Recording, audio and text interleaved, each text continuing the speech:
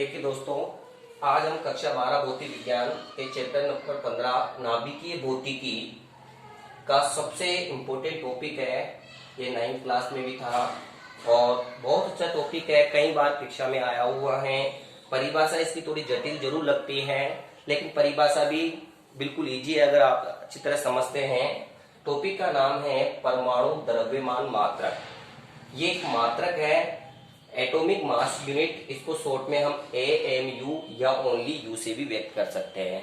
मैंने कई बार बताया है, जब भी हम किसी मात्रक की परिभाषा लिखते हैं तो उसके एकांक मान की परिभाषा लिखते हैं। इसका मतलब हम एक एटॉमिक मास यूनिट की परिभाषा लिखेंगे। ठीक है, तो हम एक एटॉमिक मास यूनिट की परिभाषा क्या होती है वो समझते हैं।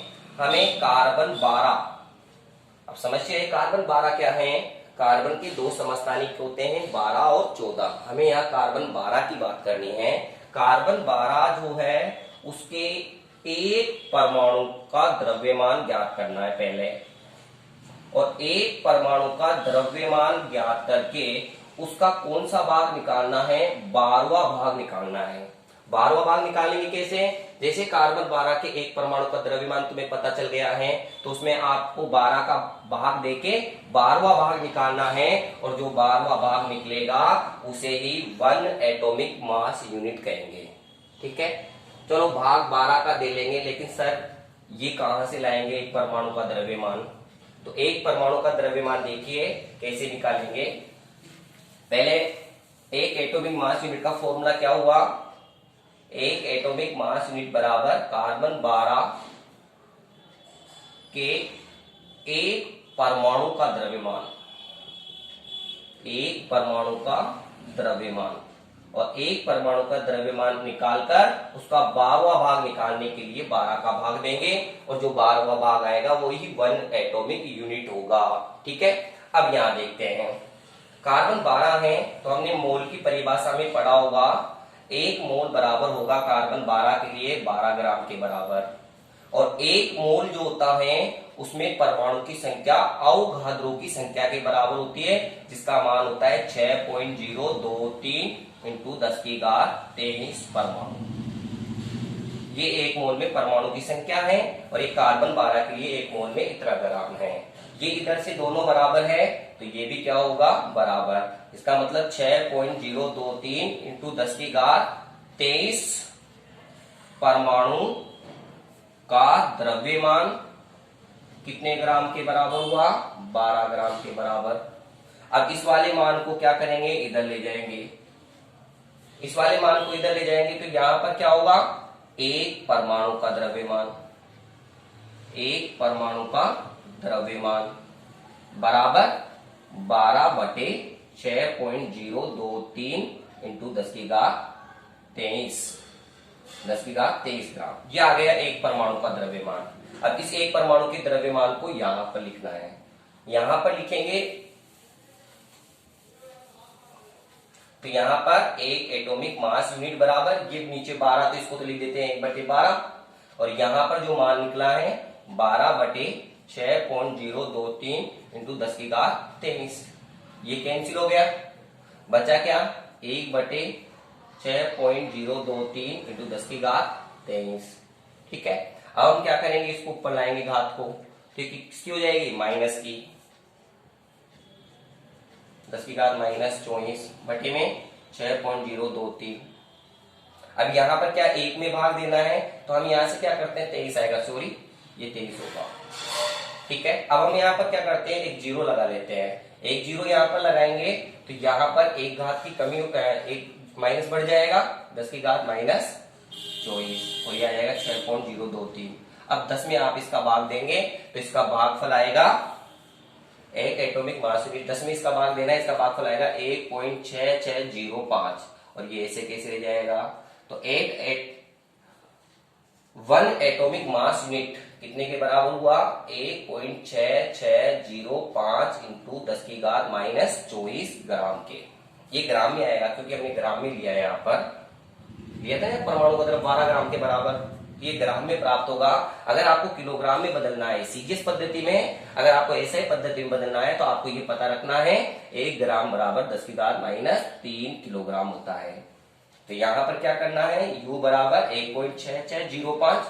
अगर आप यहाँ पर 3 और जोड़ देते हो माइनस के, मानी 27 कर देते हो, तो ये किसमें बदल जाएगा, किलोग्राम में। तो 1 एटॉमिक मास यूनिट में कितना किलोग्राम होता है, 1.6605 इंटू 10 की घात माइनस 27 किलोग्राम। ठीक है, अब हम न्यूमेरिकल के लिए प्रोटॉन और न्यूट्रॉन के द्रव्यमान के बारे में बात करते हैं। देखो इधर 1 प्रोटॉन मानी एक प्रोटॉन का द्रव्यमान किलोग्राम में लिखते हैं 1.6763 इंटू 10 की घात माइनस 27 किलोग्राम। इसी प्रकार प्रोटॉन का द्रव्यमान लिखते हैं 1.6750 इंटू 10 की घात माइनस 27 किलोग्राम। अब ऐसे तो दोनों के लगभग बराबर है, लेकिन फिर भी कुछ डिफरेंट है। ठीक है, अब ये किलोग्राम में है तो इसको एटॉमिक मास यूनिट में लिखेंगे 1.00727। ये आ गया एटॉमिक मास यूनिट में। आपको याद रखना है, ये न्यूमेरिकल में काम में आएगा। ऐसे ही इसका भी लिख सकते हैं 1.00866, ये एटॉमिक मास यूनिट में है। ठीक है दोस्तों, अब हम ये प्रोटॉन और न्यूट्रॉन के द्रव्यमान के बारे में हमने चर्चा की है, ये न्यूमेरिकल में काम में आएगा। अब हमारे को यहाँ पर क्या करना है, एक टॉपिक पढ़ना है, वो है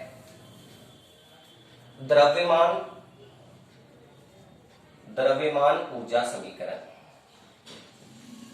ये बोर्ड में आता नहीं है, लेकिन इसका यूज है इस चैप्टर में। देखो ये समीकरण जो दिया था वो आइंस्टीन ने दिया था, आइंस्टीन ने। और आइंस्टीन ने क्या कहा था कि अगर द्रव्यमान में कमी होती है तो वो कमी किस में बदल जाती है, ऊर्जा में।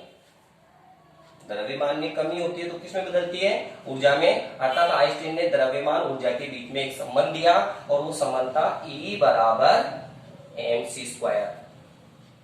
E ऊर्जा है, m द्रव्यमान है, और जो c है वो प्रकाश की चाल है, प्रकाश की चाल। और जिसका मान याद रखना है निर्वात में 3 इंटू 10 की घात 8 मीटर प्रति सेकंड होता है। ठीक है, अब इसका यूज कैसे करेंगे, देखिए। फर्स्ट यूज है, सेकंड इसका इंपोर्टेंट है, 1 ग्राम की तुल्य ऊर्जा, मानी 1 ग्राम से आपको कितनी ऊर्जा प्राप्त होगी। अब इसके लिए m का मान हो गया, द्रव्यमान है ये, m बराबर 1 ग्राम हो गया, और 1 ग्राम को किलोग्राम में बदलना है तो 10 की घात माइनस 3 किलोग्राम लिखेंगे। ठीक है, c का मान मैंने अभी बताया था, ये फॉर्मूला ले लेंगे, E बराबर mc²। m का मान आपके पास 10 की घात माइनस 3, c का मान 3 इंटू 10 की घात 8 का होल स्क्वायर आएगा। इसको हल करेंगे तो ये 10 की घात माइनस 3 ऐसे कैसे रहेगा, और 3 का स्क्वायर 9, और 10 की घात 8 का स्क्वायर 16। ये 10 की घात माइनस 3 कम हो जाएगी, तो E बराबर लिखा जाएगा 9 इंटू 10 की घात 13 जूल। तो हमें 1 ग्राम से कितनी ऊर्जा प्राप्त होगी जूल में, 9 इंटू 10 की घात 13 जूल। ठीक है, अब सेकेंड एग्जाम्पल देखिए जो इंपोर्टेंट है, जो बोर्ड में कई बार आया हुआ है, और हम उसका न्यूमेरिकल में भी यूज करेंगे। एग्जाम्पल सेकंड है, एक यू का मतलब एटॉमिक मास यूनिट की तुल्य ऊर्जा, मानी एक एटॉमिक मास से हमें कितनी ऊर्जा प्राप्त होगी। तो ये यहां पर m है, 1 U एटॉमिक मास यूनिट, और 1 U में किलोग्राम कितना बताया था, 1.6605 इंटू 10⁻⁻27 किलोग्राम। अब हमारे पास कोई फॉर्मूला, E बराबर mc², m का मान 1.6605 इंटू 10⁻⁻27, और c का मान जो है 3 इंटू 10 की घात 8 का होल स्क्वायर। आगे हम करते हैं 1.6605 इंटू 10⁻⁻27, 3 का स्क्वायर क्या होगा 9, और 10⁸ का स्क्वायर कितना होगा 16, 10 की घात 16 हो जाएगा। अब हमें क्या करना है, पहले तो घात को हल कर लेते हैं, माइनस में प्लस में, तो माइनस में प्लस में तो कैंसिल होगी, कितनी घात कैंसिल होगी इसमें, केवल 16 माइनस की कैंसिल होगी, तो कितनी घात बचेगी 10 की घात -11 और इसको 9 से मल्टीप्लाई करना है। 9 से मल्टीप्लाई आप करोगे तो इसका मान आपके पास में आ जाएगा 14.9445। ये आपके पास ऊर्जा का मान आ चुका है जूल में। इसमें आ गया ये जूल में। अब हमारी किताब में क्या दिया हुआ है, अगर जूल में ऊर्जा का मान आता है तो ऊर्जा का एक अन्य मात्रक इलेक्ट्रॉन वोल्ट भी होता है। ऊर्जा के एक अन्य मात्रक इलेक्ट्रॉन वोल्ट भी होता है। अगर आप जूल को इलेक्ट्रॉन वोल्ट में लिखना चाहते हैं तो यहाँ पर एक इलेक्ट्रॉन के आवेश का क्या देना पड़ेगा, भाग देना पड़ेगा। तो हम यहाँ पर अगर इस राशि में, इस मान में एक इलेक्ट्रॉन के आवेश यानी 1.6 10 की घात -19 का भाग दे देते हैं तो ये जूल किसमें लिखा जाएगा, इलेक्ट्रॉन वोल्ट में। ठीक है दोस्तों, अब बिल्कुल सिंपल बात है, नीचे 10 की घात -11 है, 19 है, ऊपर 10 की घात -11 है, तो ये सेम होने के कारण कैंसिल होगी ऊपर नीचे वाली घातें। तो कितनी घात बचेगी यहाँ पर, 11 कम कर दो इसमें से, 10 की घात 8 बचेगी माइनस में। 10 की घात -8 को ऊपर लिया हो आप, तो 10 की घात जो -8 है वो किस में लिखी जाएगी, ऊपर आते ही प्लस में लिखी जाएगी। तो यहां हो जाएगा E बराबर 10 की घात 8। ठीक है, अब आपको क्या करना है, इसमें भी इसका भाग देना है। तो इसका भागफल जो आएगा वो आएगा 9.315 और ये है इलेक्ट्रॉन वोल्ट में। ठीक है, अब हम यहां पर जो 10 की घात 8 है, हम ये जानते हैं कि जहां 10 की घात 6 होता है उसको बोला जाता है मेगा, एम लिख सकते हैं हम। तो यहां पर इसके दो टुकड़े कर देंगे, दो भाग कर देंगे, 9.315, 10 की घात 2 और 10 की घात 6। अब 10 की घात 6 को हटाकर क्या लिख देंगे, मेगा। 9.315 इंटू 10 की घात 2 और ये हो गया मेगा इलेक्ट्रॉन वोल्ट। अब 10 की घात 2 का मतलब आप जानते होंगे, 10 की घात 2 का मतलब होगा 1 के बाद में 2 जीरो। इसका मतलब इसको 100 से गुणा करोगे तो ये पॉइंट यहाँ आ जाएगा, 2 को छोड़ के पीछे, तो यह आ जाएगा 931.5 मेगा इलेक्ट्रॉन वोल्ट। इसका मतलब अगर द्रव्यमान में कमी 1 यू के बराबर है, 1 एटॉमिक मास यूनिट के बराबर है, तो आपको इतनी ऊर्जा क्या होगी, प्राप्त होगी।